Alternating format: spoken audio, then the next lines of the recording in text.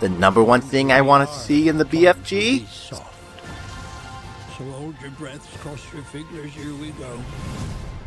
Snoz cucumbers, or snozcumbers, or... They has to eat snozcumber. But my poor pronunciation skills aside, this is what made it one of my favorite books. The Snooze Cucumber. Blech. No, I is not eating human beings, blood bottlers. I has my snozcumber. Why are you not trying some? Ugh. Basically, it's the world's largest and most disgusting vegetable. And for all the giant's life, it was the only thing he has to eat. So it's that, starve, eat humans, or what a lot of people tend to overlook, steal from other humans just so he can sustain himself. Yet, even though the last two options would be probably more pleasant, and might even help him to fit in and grow the same height as the other giants, he refuses to do so, wanting to be a good giant, benefiting mankind instead of harming them, even if he had to suffer for it. Which, whether it was authorial intention or not, has a very Christian theme to it, much more so than most Christian movies nowadays.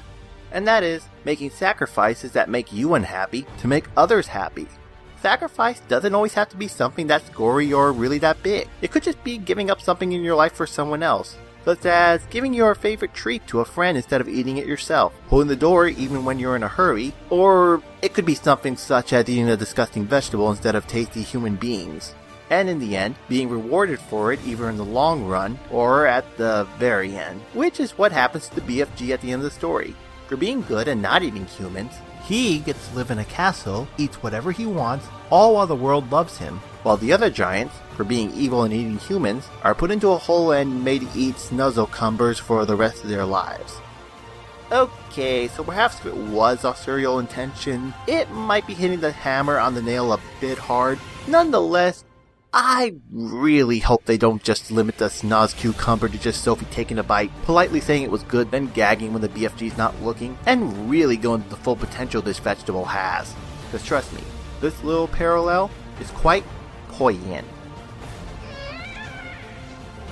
I won't hold my breath that all these scenes are going to be in the movie, or even to the extent that I wanted to be. But again, it does give you some idea of why I've been looking forward to this movie for a long time. And come July 1st, or whenever I can afford to see it, I'm looking forward to hopefully give you guys an honest opinion right after it's done. So, check back in around that time and... Okay, fine. I went through the whole review without making a reference, so here you go.